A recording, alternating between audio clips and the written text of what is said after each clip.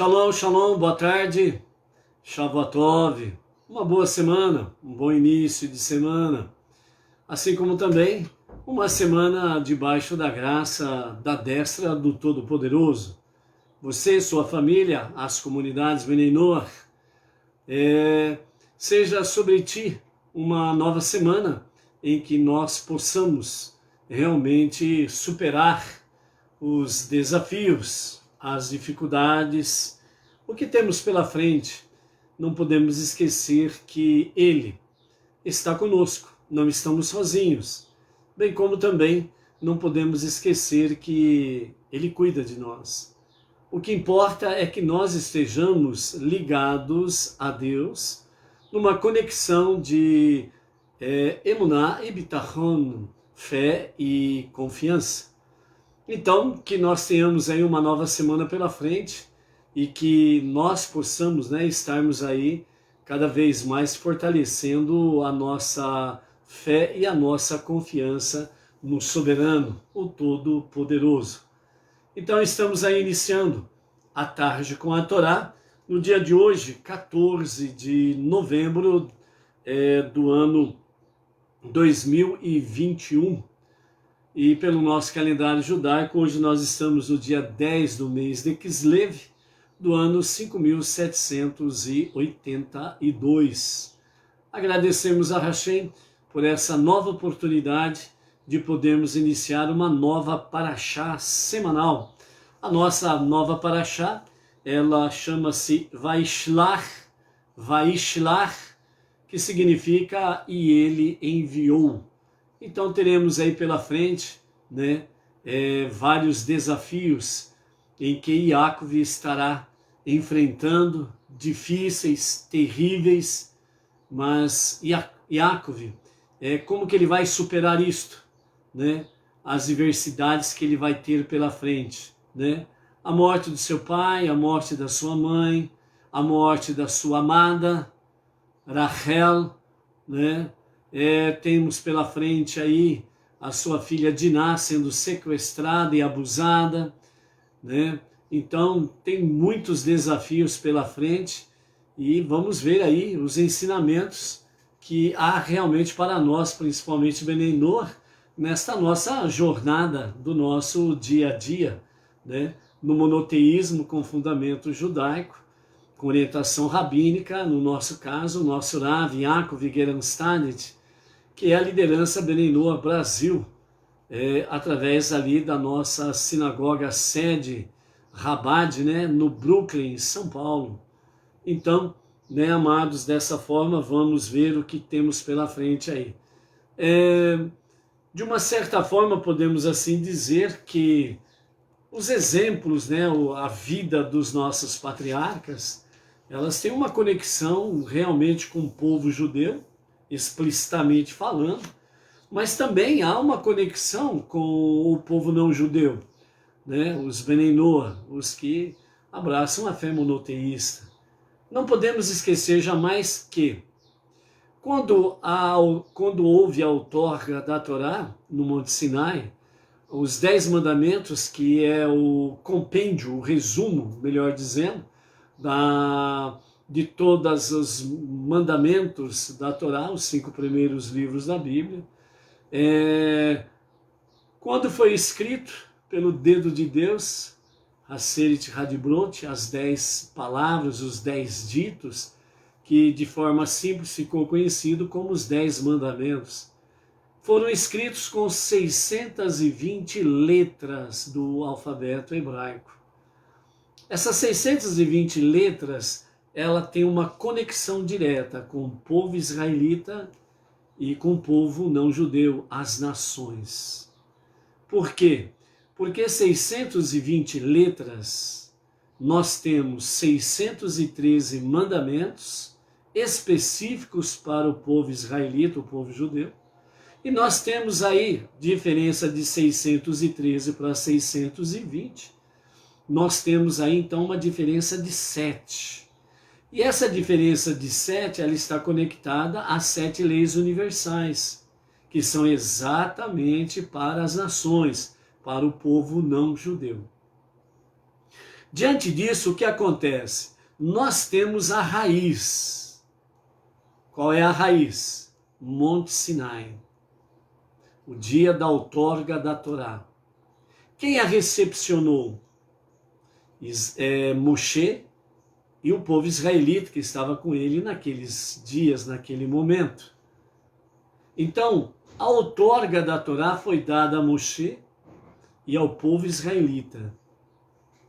E as 7 leis universais que estão ali inclusas, elas foi nos dada ao povo não judeu, às nações, através de Moshe e o povo israelita. Os 10 mandamentos, né, conhecido dessa forma simples, né, ou os 10 ditos de Hashem, não tem como desconectar uma coisa da outra. Não há como. Assim como não há como realmente associar Deus a alguma coisa ou a alguém. Por isso, com muita propriedade, as escrituras sagradas, que é conhecido no mundo não judaico como Antigo Testamento, mas que de antigo não tem nada, é sempre atual, né? Então, nós temos aí uma palavra atualíssima. Assim como não há como associar Deus a algo ou alguém, não há como separar as 7 leis universais dos 10 mandamentos. Está ali, ele escreveu, e a sua escrita, ela é eterna. Assim como os 613 mandamentos específicos para o povo israelita, o filho primogênito de Deus, o povo escolhido. Assim como também as 7 leis universais. Não tem como desconectar. Portanto, todo não judeu que abraça a fé monoteísta com fundamento judaico, com orientação rabínica, então está de fato associado ao povo israelita. Está associado às mesmas bênçãos, o mesmo Olam Rabá, o mundo vindouro. Está associado, antes do Olam Rabá, está associado à revelação do justo e verdadeiro Mashiach para a redenção final. Então, amados, nós não judeus, nós temos uma missão fundamental, primordial entre as nações, entre os não judeus. E por isso nós precisamos, de fato, aceitar a nossa configuração que Deus nos fez como não judeus, né? Ah, mas eu tenho uma ascendência judaica, porque não sei o que, porque não sei o que lá. Tudo bem, tudo bem. Seguindo a mesma razão, nós vamos chegar em Adão, e estamos todos lá em Adão, não é verdade? Mas a configuração atual que Deus nos colocou, né, entre as nações como não judeus, no modo exato e literal da palavra, como judeus, né, e nós estamos entre as nações como não judeus, essa configuração que Deus nos colocou é porque Ele tem propósito, senão você não existiria, nem eu. Então, nessa configuração é que nós temos um compromisso com Deus, temos um compromisso com o nosso irmão mais velho, o povo israelita, o filho primogênito de Deus, de transformar esse mundo para ser a moradia de Deus, ponto. Então, quando Mashiach se revelar, ele vai colocar as coisas no seu devido lugar, paulatinamente, e assim as coisas sucederão. No momento, nós precisamos assumir a nossa tarefa como não-judeus entre as nações.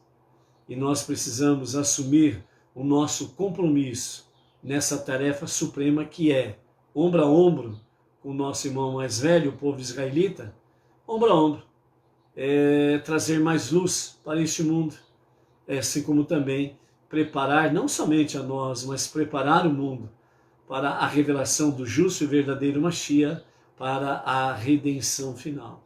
Então, amados, vamos em frente nessa nossa jornada, né? Não vamos ficar olhando para trás, nem para os lados. Deus confiou a cada um de nós a tarefa suprema, que é realmente preparar o mundo para ser a sua moradia. tanto judeus como não judeus que vivem a fé monoteísta estão nessa missão. Então, vamos em frente, ok? E vamos deixar para Mashiach essa tarefa para poder separar as coisas no seu devido lugar, ok? Baruch Hashem? Então vamos em frente na nossa nova Parashá.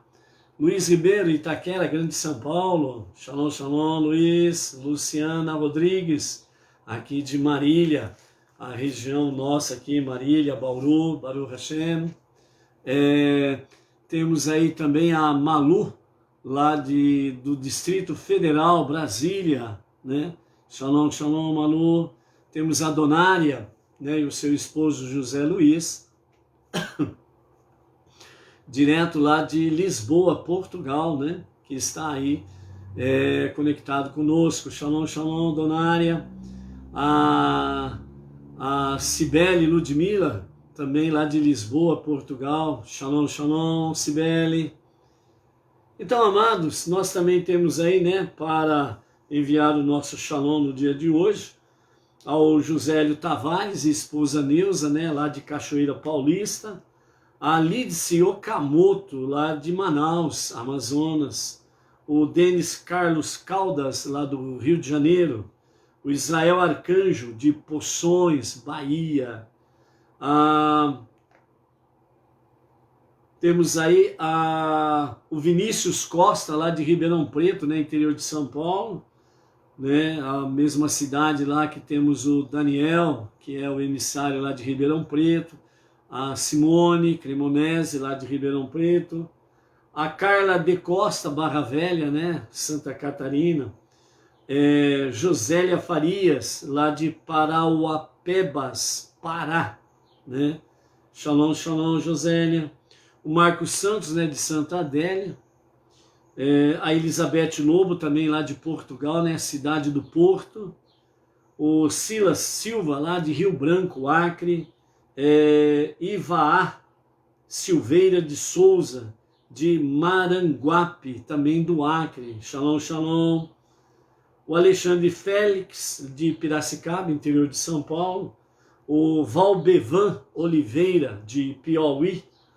a Thalia Esther Teresina, Piauí, o Júlio César, lá de Manaus, junto com a sua família, Amazonas, o Robson Lima, de Macatuba, São Paulo, né? Baruch Hashem. Temos aí, né, os nossos amados que sempre estão conosco aí, a Miriam Barros, lá de Brasília,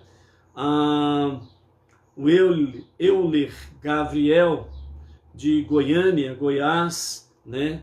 O Claudemir Messias, também de Goiânia, Goiás, que sempre está aí, o Hamilton José de Bairros, Florianópolis, Santa Catarina, o Donizete Castro, lá de Franca, interior de São Paulo também, né? A Júlia Ruth Mendietas, da cidade de Santa Fé, lá na Argentina, né? Baruch Hashem. O Roberto Quebold, né, da Grande São Paulo, o José Bonafé, aqui da nossa região, Jaú, né, Baruch Hashem, a Tânia Castro, lá de Manaus, o Jerônimo Bareixa Júnior e esposa Neuza Andrade, também lá de Brasília, né, que está aí sempre conectado, o Roberto Freitas, também de Brasília, Baruch Hashem. Hoje vamos ficando por aqui, né? Que a lista é grande, graças a Deus que a lista é grande aí, né? Então sempre vamos dando um shalom aí pro pessoal aí, ok? Baruch Hashem. A nossa paraxá da semana, que nós estamos iniciando hoje, é Vaishilar, que significa e ele enviou, né? Que nos fala especificamente sobre Yaakov, né? Quando ele está chegando lá em Canaã, então ele envia, né, os seus mensageiros, entre eles os anjos, para avisar Esav de que ele está chegando e quer se confraternizar com Esav, né? Então por isso chama Vaishilar. Então os nossos sábios comentam, né, na sua sinopse sobre a nossa paraxá semanal, alguns comentários antes de irmos para a nossa primeira aliá, nossa primeira leitura, né, para termos um pouco do panorama da nossa paraxá. Então os nossos sábios falam que agora, né, Yaakov começa a ingressar na segunda fase da sua vida. E nesse sentido, então, a sua trajetória espiritual, ela começa de fato agora a sua segunda fase, quando ele começa o seu retorno para Canaã, está próximo de Canaã, então é o início da sua segunda trajetória, né? Então a paraxá ela começa com esse reencontro, né, cheio de suspense. Tchan, tchan, tchan, tchan. E aí, o que vai acontecer? Esav vem para a briga, vem em paz, vem com a espada em punho, e como que vai ser isso daí, né? E dessa forma, então, depois de 20 anos, né, a esperança de Yaakov é que, de fato, o seu irmão Esav venha em paz, para que realmente possa encerrar aquele período, para poder aí adentrar, né, numa nova fase. Nesse sentido, né, os nossos sábios falam que o objetivo de Yaakov, né, é de fato encerrar as restas, né, que ficaram entre ele e Esav, para poder realmente se prepararem para um futuro. O Yaakov, ele sempre teve uma visão, segundo os nossos sábios, ele sempre teve uma visão do futuro messiânico. Então, tudo que ele padeceu, tudo que ele sofreu e tudo que ele suportou, era exatamente com a visão do futuro messiânico. Então, Yaakov, ele estava vivendo o seu tempo fora do tempo num futuro. Então a sua conexão com Deus era muito profunda, muito elevada, muito espiritual, e por isso Yaakov ele sempre estava numa situação espiritual que nada, absolutamente nada, abalava o seu shalom, a sua tranquilidade, serenidade, a sua paz, a sua confiança em Deus, a sua dependência para com Deus. Então, mais uma vez, né, falando aos amados que nós precisamos ficar, de fato, atentos ao exemplo dos nossos patriarcas, mas principalmente à conduta do nosso Yaakov, que isso traz muito aprendizado, é de muita relevância para conosco, e nós precisamos, de fato, sempre, como diz o nosso Rebbe Menachem Mendel, trazer a paraxá, trazer a aliá, a leitura diária da paraxá, para a nossa realidade. Então, por isso, sempre, né, nós vamos vendo através dos sábios e nos comentários adversos que vamos fazendo, né, sempre trazendo um paralelo, né, nessa questão, né, Yaakov X, o nosso paralelo Y, né, para que nós possamos, de fato, termos e mantermos essa conexão. Então, dentro dessa paraxá, nós temos aí, né, a narrativa do estupro da sua filha Diná, né, o nascimento do seu último filho, Beniamim, e a morte da sua esposa e de seu pai, né, que constitui o ponto culminante do encerramento da primeira fase de Yaakov. A constituição de sua família e sua preparação para ocupar o lugar do pai como líder do povo escolhido, né? Então, dessa forma, se conclui a primeira fase de Yaakov, né, da sua trajetória espiritual, e esse retorno agora para Canaã vai iniciar uma segunda fase da sua trajetória espiritual, né? Então, as ofertas que Yaakov, ele envia a Esav, o seu irmão, que é uma tentativa de reconciliação, né, enviar presentes, e então ele envia os seus emissários, os seus mensageiros, por isso vai Shlach, e ele enviou justamente com esse objetivo de poder apaziguar a situação, poder realmente trazer shalom nas indiferenças, né, nos percalços, e fazer com que haja harmonia paz, shalom, né? E focar naquilo que é essencial. Então esse era o objetivo de Iaco, né? Então, como também, né, nós contemplamos lá na Parashat Toledot, né, estas são as suas gerações, sua descendência. Então, nós vimos lá que Yitzhak, ele preferia Esav, né? Então, na visão de Yitzhak, era Esav, Esaú, que seria de fato o seu substituto e aquele que conduziria, né, os destinos do povo israelita no futuro, né? Então, essa era a visão de Yitzhak. A sua predileção, né, provinha exatamente da percepção do grande potencial de Esav. Ou seja, a força bruta de Esav, Yitzhak tinha conhecimento, ele não era ignorante sobre a conduta do seu filho Esav. Mas aquela intrepidez, ousadia, coragem, a força, né, mesmo ele encaminhando tudo isso para o mal, né, para a desobediência dos mandamentos de Hashem, a visão de Yitzhak era que, poxa vida, se uma pessoa dessa se dedica com tanta força, com tanta...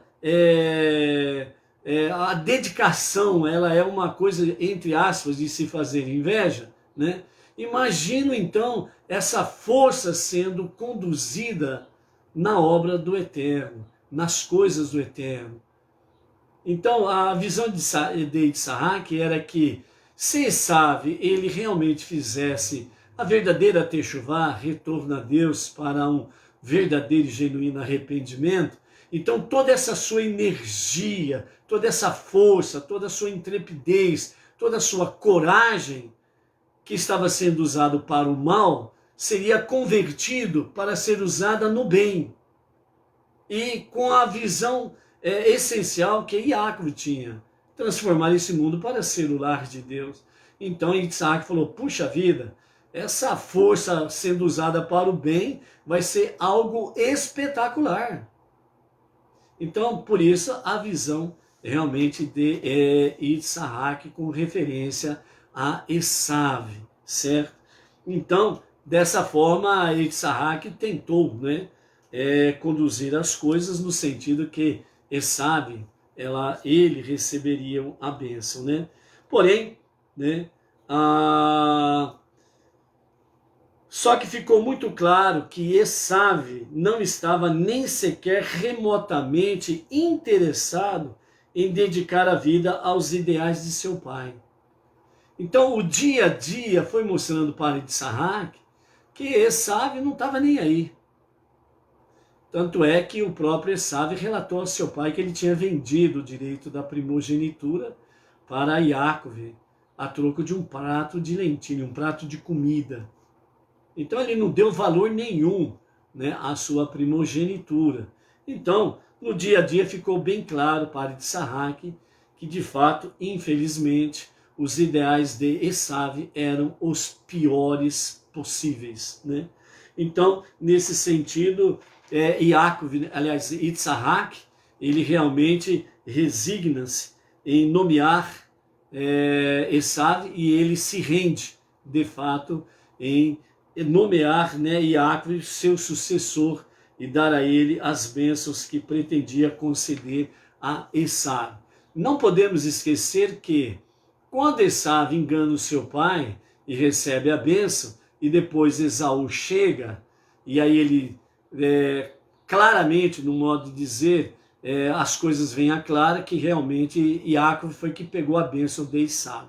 Quando Esav confessa para o seu pai que ele vendeu o direito de primogenitura, então Yitzhak, ele estava até então com um peso, achando que tinha feito algo errado, mas aí então ele se alegra e ele vê que Deus o livrou de um grande erro se ele tivesse abençoado Esav. E então ele se alegra com isso de ter abençoado Yaakov. Então antes de Yaakov ir para a terra de Harã, na casa do seu tio Lavã, para buscar ali a sua esposa, o que aconteceu? Yitzhak, ele faz mais uma bênção para a despedida do filho, que vai partir, vai demorar para retornar, então ele abençoa o filho. Então, quando ele abençoa o filho, ele está apenas confirmando a bênção anterior. Então, Isaac, ele reconheceu realmente que Yaakov era de fato o sucessor dele e também de conduzir realmente todo o futuro da nação israelita. Então, além disso, né, Yaakov, né, que era um grande observador, nada escapou às suas observações. Ele sabia muito bem a preferência do seu pai, né? Ele sabia muito bem, né, que o seu pai, apesar de tudo, a sensibilidade espiritual dele era muito elevada. E em momento algum Yaakov desrespeita ao seu pai, né? Então essa questão. Por isso que quando ele vai receber a bênção no lugar de Esav, quando Isaac pergunta quem és, então os nossos sábios falam que Yaakov respondeu, eu, vírgula, houve uma pausa. Então ali os sábios dizem que Isaac, aliás, Yaakov, ele estava se identificando, eu sou Yaakov, mas ele apenas disse, eu, fez uma pausa, vírgula, Esav, o seu primogênito, é o seu primogênito. Então, segundo os nossos comentaristas, justamente nessa resposta, mostra que Yaakov, ele não desrespeitou o seu pai, bem como também não mentiu para o seu pai. Então ele continuou honrando seu pai, ponto. Vamos em frente. Então dessa forma, Yaakov, né, ele combinou, né, as forças, né, de Esav com as suas, né? Então ele fez a união das forças de Esav e a sua. Yaakov, ele entendia, né, que realmente a sua mãe, ela tinha enxergado o que o seu pai não tinha enxergado. Então, nós vemos aí mais uma vez, Sará também viu o que Abraão não viu, e ela alertou a Abraão, e Deus confirmou para Abraão, faça o que Sara te disser. Ok? E aqui nós estamos vendo mais uma vez a matriarca Rívica, né? Ela realmente, ela vendo o que Isaac não viu, que não era Esav, mas era em Yaakov que se cumpriria realmente as promessas de Deus feitas a princípio a Abraão. Então, Rívica viu isso. E então, Yaakov, ele percebeu todas as coisas. Ele tinha uma sensibilidade espiritual muito elevada. Então, ele foi percebendo todas as coisas. Mas em momento algum, ele se rebelou. Em momento algum, ele desanimou. Em momento algum, ele entregou os pontos. São exemplos que isso tem norteado todo o povo israelita até aqui. E que vai continuar norteando até os dias de Mashiach, porque é o cumprimento cabal de todas as profecias desde o princípio. E nós, Bnei Noah, nós estamos, vamos dizer assim, estamos no mesmo pacote. Lembre dos 10 ditos no Monte Sinai, os 10 mandamentos. Estamos dentro do pacote, não somos isolados, ok? Então, graças, né, à fidelidade e à devoção aos estudos da Torá, Yaakov, que possuía a amplitude da visão e o conhecimento profundo da vontade de Deus, necessários para canalizar o poder bruto e indomado de Esav, né? Nesse aspecto aqui, os sábios querem dizer o seguinte, ó, o poder bruto sem inteligência não serve para nada, é uma desgraça. Simplesmente isso. Não adianta nada o cara ser um bom brigador. Né? Aquele famoso, aquela questão, né? Pô, aquele camarada lá é bom de briga. Não adianta nada sem inteligência. Quando é assim, sem inteligência, é o famoso bom de briga que dá murro em ponta de faca. Ele nunca leva vantagem. Ele só leva fama, bom de briga. Nada mais. Então nós temos que aprender essa realidade na nossa prática diária, principalmente nós, Bnei Noah, que saímos do meio idólatra, um meio enganoso, como diz, né, a palavra, né? o que nós recebemos por tradição dos nossos pais foram enganos. Então nós que saímos do meio, entre as nações, do meio idólatra, o meio religioso, sem o verdadeiro fundamento monoteísta, com fundamento judaico, orientação rabínica, a orientação dos nossos mestres e sábios do passado e do presente. Então nós temos que tomar muito cuidado. A força, ela precisa estar canalizada de forma a ter harmonia com essa visão e a vida espiritual de Iaco. Não adianta nada você sair brigando com tudo e com todos, de onde você saiu, de onde você veio. Não adianta você jogar aí, entre aspas, uma bomba no meio das pessoas e seja o que Deus quiser. Não é assim. Deus, ele agiu de formas tão diferentes e maravilhosas, sempre no sentido de trazer para junto de si o ser humano.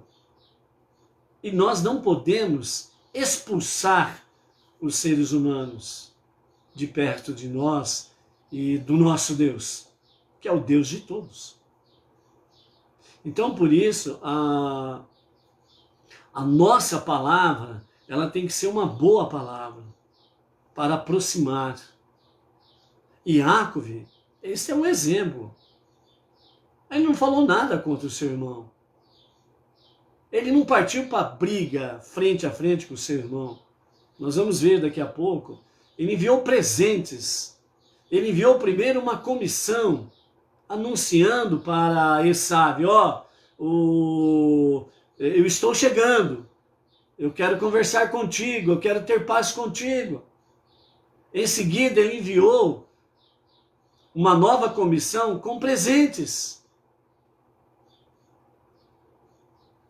Então ele foi quebrando barreiras e não aumentando barreiras. Ele foi diluindo as diferenças e não acrescentando diferenças.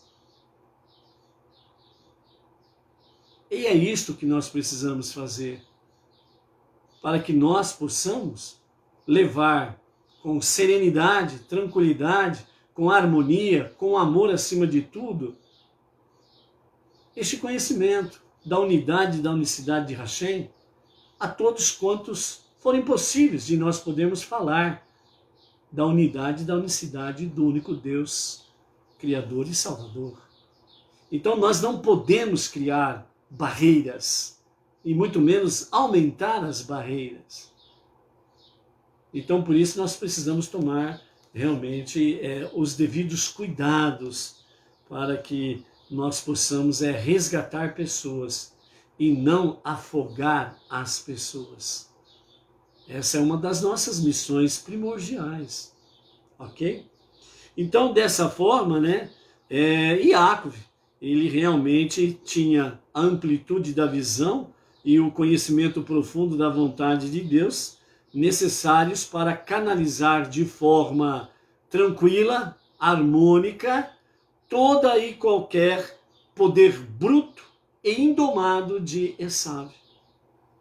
Então o seu poder bruto e indomado de Esav tinha que ser canalizado de forma a haver harmonia e shalom, mas ter a mesma determinação de conhecer a Deus e servir a Deus com um coração voluntarioso e transbordante em amor. Então é esse objetivo que nós precisamos ter. Então, à luz dessas considerações, dizem os nossos sábios, podemos então compreender que Iácov, no encontro com Esav, ele tentou não apenas neutralizá-lo, tirá-lo do caminho para poder levar adiante sua tarefa, mas sim induzi-lo a unir forças com ele. Embora Esav não fosse maduro para isso, na época de seu pai, talvez agora, pensava Iácov, Quem sabe agora ele está mais maduro e nós podemos unir forças para cumprir o propósito divino, transformar este mundo para ser o lar de Deus, Então, dessa forma é que Iácov se comportou e procurou se aproximar do seu irmão, né?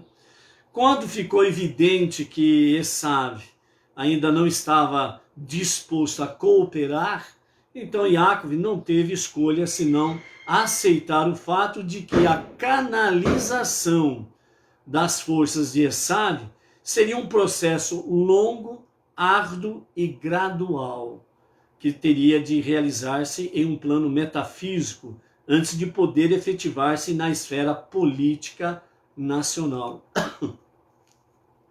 Consequentemente, quando seus filhos atacaram os habitantes da cidade-estado de Shehem, para vingar o abuso, né, que o filho do governante de Shehem submetera a sua irmã Diná, Jacob os repreendeu. Seu encontro com Esaú lhe ensinara que ainda não chegara a hora de confrontar o mal tão diretamente. Aqui, realmente, nós temos aqui uma grande profundidade profética. Esse encontro de Jacob e Esaú. E depois, na frente, quando ele repreende, né, Shimon e Levi, porque mataram todos os homens de Shechem, porque o príncipe, o filho do rei, do governante de Shechem, ele raptou e abusou de Diná, né? E Jacob o repreendeu seus dois filhos. Por quê? Porque ainda não era o momento, e não era o momento de combater o mal, confrontar o mal diretamente, cara a cara. Ainda não era o tempo. Por quê? Porque Jacob, ele tinha uma elevação espiritual tão grande que ele sabia que essa confrontação, ela será nos dias de Mashiach e não agora. Então isso mostra para nós que realmente o encontro com Esaú, no qual não houve um combate direto, por quê? Porque não era hora de enfrentar o mal frente a frente, diretamente.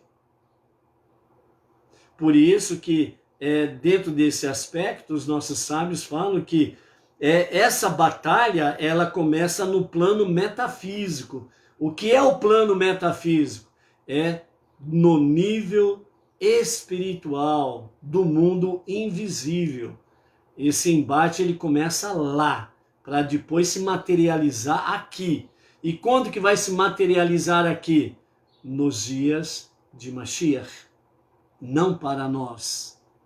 Assim como não foi nos dias de Jacob. Assim como não foi nos dias de Shimon e Levi, que confrontou o mal diretamente para vingar-se de sua irmã Diná. Então, por isso que a bênção que Yitzhak deu a Jacob foi bem clara. Quando Esaú reinar, Jacob não pode reinar. Os dois não poderão reinar juntos. Então, por isso, Esaú, que representa realmente o mal, que é até a presente data, certo? Por isso que a idolatria se espalhou pelos quatro ventos. Não é o momento para confrontar diretamente. Por isso o nosso Rebbe Menachem Mendel, ele diz que confrontar o mal é algo nobre, quando necessário. Mas a nossa tarefa principal é trazer luz para este mundo. Simplesmente isso. Então, por isso, nós precisamos levar essa palavra e não bater de frente com o mal. Quem tem ouvidos, ouça. Quem tem inteligência, venha discernir o que significa isso. Ok? Continuando o que os nossos sábios dizem, né? Então, dessa forma, não é chegado o momento de confrontar o mal tão diretamente. O momento é trazer luz para este mundo. E trazer luz para esse mundo é o quê? Trazer às pessoas, às nações, os povos, o conhecimento da unidade e da unicidade de Deus, único Salvador e único Criador. Trazer cada vez mais luz às suas preces diárias. Por isso nós temos o nosso Sidur Benenor, a Tefilá diária. Fazermos estudo da Torá e das 7 leis universais.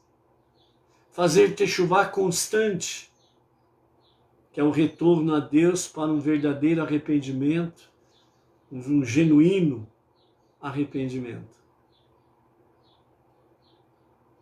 Fazer a nossa tzedakah, os nossos atos de bondade, as nossas doações, principalmente onde há estudos de Torá. Então, isto faz parte da nossa tarefa, e não passar a mão em espada e sair por aí agredindo tudo e todos. Entenda? Ok? Sandra Souza, lá de Palmares, Pernambuco. Shalom, shalom, Sandra. José Antônio da Silva. Shalom, shalom. Coloca a sua cidade e o seu nome aí para nós, por gentileza, José Antônio. Baruch Hashem. Ok? Então a nossa primeira leitura está no capítulo 32 de Bereshit, Gênesis, no princípio.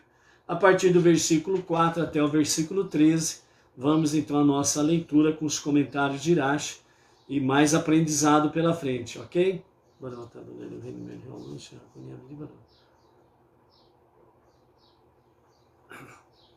Então, a nossa primeira aliá está assim escrita com os comentários de Irache. Yaakov prepara-se para encontrar Esav. Tendo conseguido fugir de seu sogro Lavã, Yaakov preparou-se para confrontar o seu irmão. Rivka, sua mãe, lhe dissera que, embora Esav ainda nutrisse o antigo ódio por ele, a passagem do tempo o abrandara um pouco. E Yaakov esperava que uma mensagem conciliatória o aplacasse completamente. Ele não se arriscou a mandar mensageiros humanos, a que Esav pudesse fazer mal. Yaakov enviou então anjos como mensageiros. Por isso, Vaishlach, e ele enviou, ok? José Antônio da Silva, da cidade de Linhares, Espírito Santo, Baruch Hashem, José Antônio. Então, ele enviou anjos como mensageiros à sua frente, a seu irmão Esav. Esses anjos assumiram forma humana para a missão, pois Esav não tinha refinamento espiritual suficiente para sobreviver a um encontro face a face com os anjos. Ele enviou os mensageiros à terra em volta do Monte Seir, que, desde que Esav começara a frequentá-la, era conhecida por causa do apelido dele, como o campo de Edom, né? O campo de Edom, né? A descendência de Edom para os dias de hoje são os romanos, ok? Essa comissão que Yaakov enviou para Esav, a distância do ponto em que Yaakov estava e que Esav estava, segundo os nossos comentaristas, fala que era cerca de 144 quilômetros. Quer dizer, era uma distância considerável, né? Que realmente haveria tempo suficiente para que Esav pudesse refletir sobre tudo e pudesse ter uma conduta mais plausível, né? Então, de acordo com isso, ele ordenou-lhes o seguinte: assim direis a meu senhor. E Yaakov disse aos anjos como emissários, como enviados da parte dele. Assim direis a meu senhor Esaú. Assim falou o teu servo Yaakov. Não é necessário que te preocupes em razão da bênção de nosso pai para mim. de que eu te dominarei, pois ele condicionou sua concretização, sua concretização a eu tornar-me primeiro um líder político reconhecido, o que não aconteceu de maneira nenhuma. Na realidade, residi com Lavan na terra dele nos últimos 20 anos, durante os quais minha posição social não foi além de um simples habitante temporário. Porque eu dependia de Lavan todo esse tempo para ganhar o meu sustento. Tardei minha volta para casa até agora, mas também me orgulho de dizer que, apesar de ter morado com Lavan todos esses anos, continuei a observar fielmente os mandamentos da Torá e não fui influenciado por seu comportamento desonesto. Como prova adicional de que as bênçãos de nosso Pai para mim ainda não se cumpriram, deves recordar que, embora ele me tenha abençoado com o orvalho dos céus e os melhores frutos da terra, eu na verdade não possuo terra nenhuma, só adquiri bois, jumentos, rebanhos, servos e servas. Está claro, portanto, que a bênção de nosso Pai para mim provavelmente não se efetivará durante a nossa vida, uma vez que, por esse motivo, podemos viver em paz. Manda anunciar a ti, meu Senhor, que vou ao teu encontro com espírito de amizade, a fim de agradar-te. Os anjos aproximaram de Esav, como Iaco lhe ordenara, e transmitiram a mensagem. Os anjos então voltaram a Iaco dizendo: fomos a Esav, que tu esperavas que estivesse pronto e disposto a relacionar-se contigo, como teu irmão, mas ele não demonstrou sentimentos fraternos. Descobrimos que não tínhamos ido a outros senão ao infame, não renegado e malévolo Esav.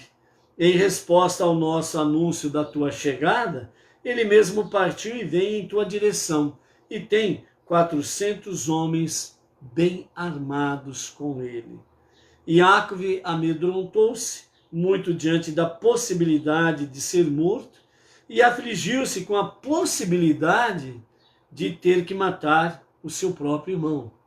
Portanto, decidiu empregar as 3 estratégias para esse encontro. A primeira é preparar-se para a batalha. A segunda, rezar para Deus eliminar a necessidade de batalha ou conceder-lhe vitória. E a terceira, aprontar um presente propiciatório para Esav, né? Então, nós vemos aí que a estratégia de Iacob foi, primeiro, preparar-se para a batalha. Segundo, rezar a Deus para a possibilidade de eliminar a batalha ou de conceder vitória.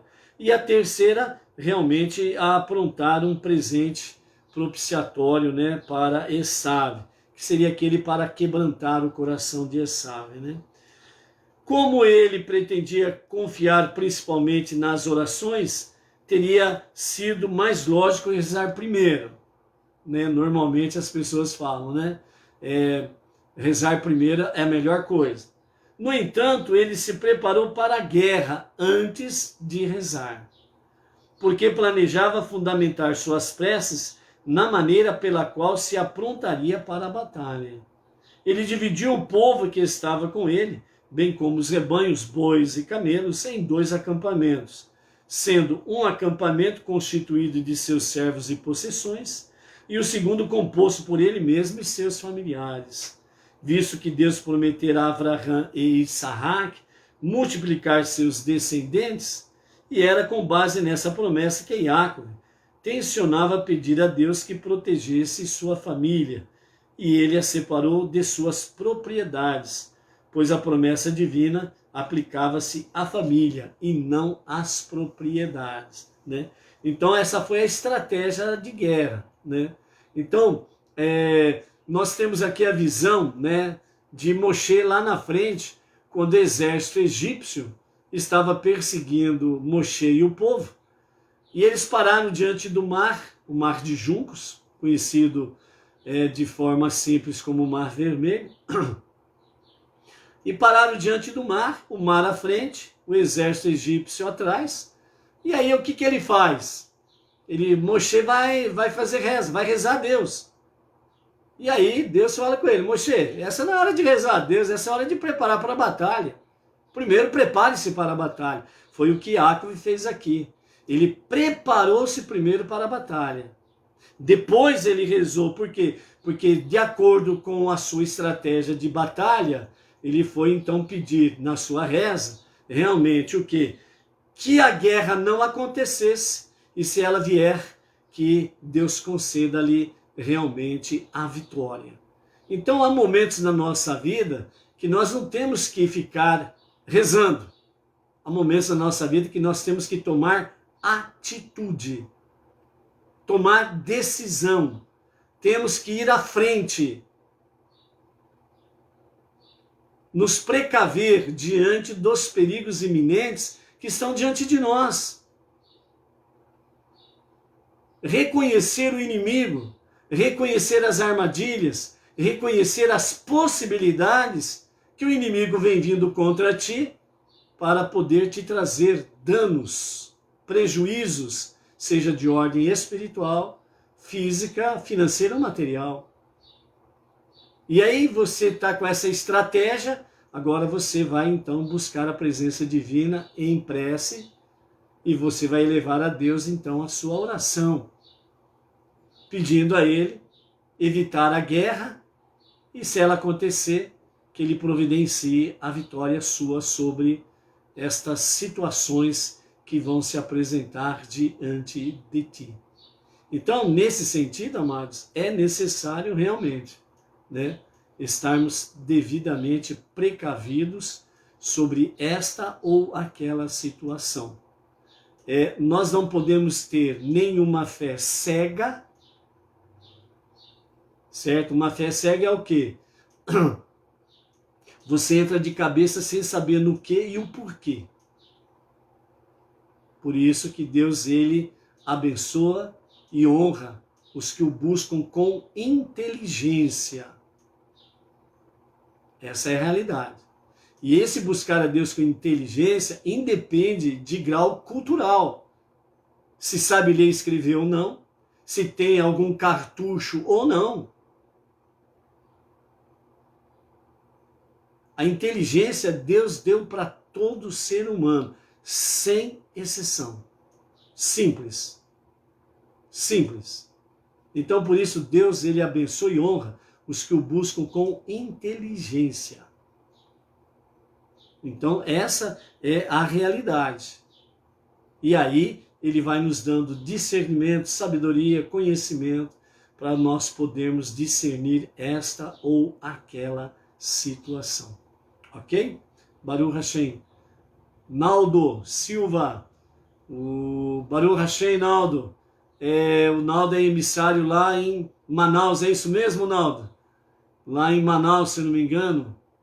Me corrija aí se eu estiver errado, Naldo. Shalom, shalom a ti, família, as comunidades que estão aí, sob a tua responsabilidade. Que Hashem multiplique bênçãos sobre bênçãos. Baruch Hashem. Então, dessa forma foi a estratégia de Jacob, certo? E ele dividiu os acampamentos, colocando suas propriedades em primeiro lugar e a família para trás, porque a promessa dizia respeito à família e não aos bens materiais, ok? Então, dessa forma, ele foi separando uma coisa da outra, o acampamento, a estratégia que ele montou em todos esses sentidos. No verso 9 do capítulo 32, continua. E ele disse, assim mesmo que Esaú não seja apaziguado por meu presente propiciatório e venha primeiro ao acampamento e o ataque e o vença, porque Deus não prometeu protegê-lo, e eu então seja forçado a defender o acampamento remanescente de seu ataque. Tenho certeza de que conseguirei rechaçá-lo, e ao acampamento remanescente sobreviverá, porque afinal de contas Deus prometeu sim proteger a mim e a minha família. Então, no Na última barreira estava Iacov e a sua família, toda a sua família, as suas esposas e os seus filhos. Então Iacov sabia que se porventura Esaú passasse as outras barreiras e viesse para cima dele, ele teria que empunhar realmente a espada. Então ele sabia de uma coisa, a promessa de Deus era de protegê-lo e proteger a família. Ele ia continuar tranquilo ali na guerra, sabendo que a vitória estava garantida. Mas se tivesse que pegar em armas, ele estava pronto, né? Então é essa mesma questão. Nós estamos vivendo dias difíceis. E esses dias difíceis que nós estamos vivendo, o nosso inimigo, ele é um inimigo terrível, perverso. Porque ele quer que venhamos perder toda a raça humana, venha perder a consciência divina e a consciência de família. Iacov protegeu a consciência divina e a consciência de família. Atrás dele estava toda a sua família. Os seus filhos, as suas esposas. E ele estava à frente para defender a sua vida e a vida da família. Então a defesa pessoal, ela é uma realidade bíblica. E nós podemos usar os meios legais para poder defender a nossa própria vida e a nossa família.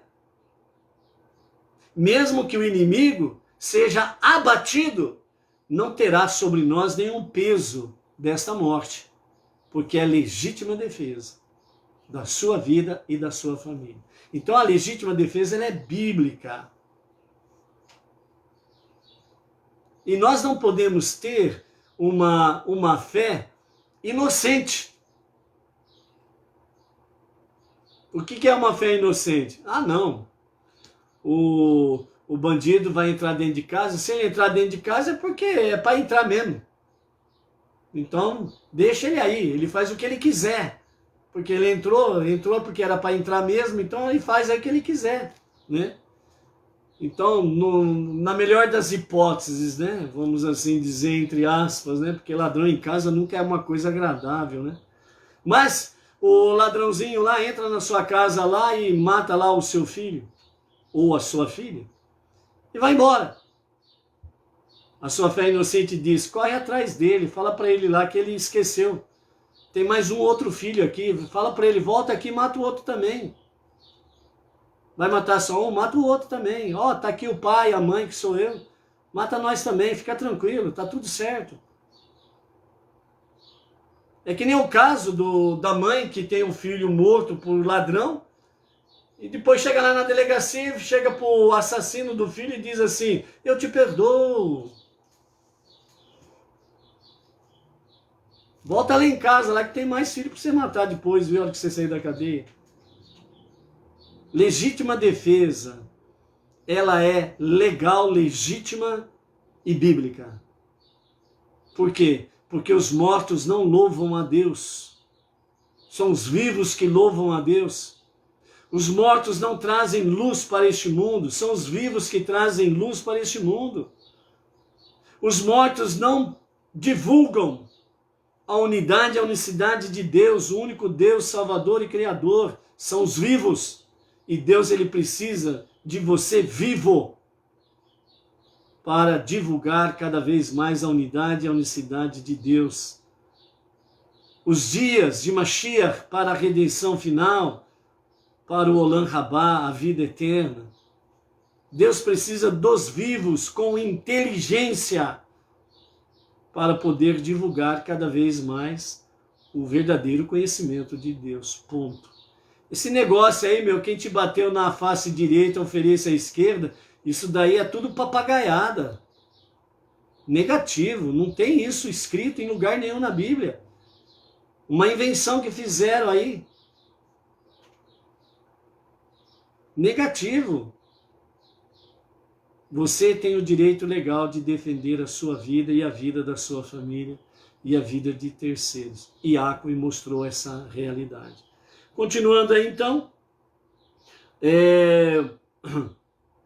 o verso 10, né, do capítulo 32, tendo se preparado para a batalha de um modo que refletia a promessa divina, que pretendia invocar, Então Iacov agora estava pronto para dirigir a Deus a sua oração. Ou seja, ele tomou as precauções. Ele tomou a atitude prudente. E a hora que as coisas estavam no seu devido lugar, para a proteção dele e da sua família, então agora ele vai e busca a presença divina. E agora ele vai fazer a sua prece. Então, Iacov diz, né? Assim disse Iacov a Deus: quando me apareceste em Bet-El, e tu identificaste como Deus de meu antepassado Abraham e Deus de meu pai Isaac, tu prometeste proteger-me aonde quer que eu fosse. Quando me apareceste em Padã Arã, e te identificaste simplesmente como Deus, tu me disseste: volta à tua terra e ao lugar do teu nascimento, e eu farei tudo ir bem contigo.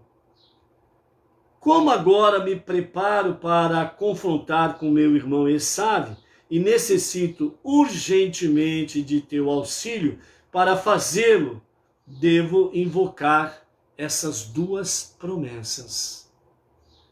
Contudo, receio que meus numerosos pecados tenham se equiparado à maior parte de meus méritos.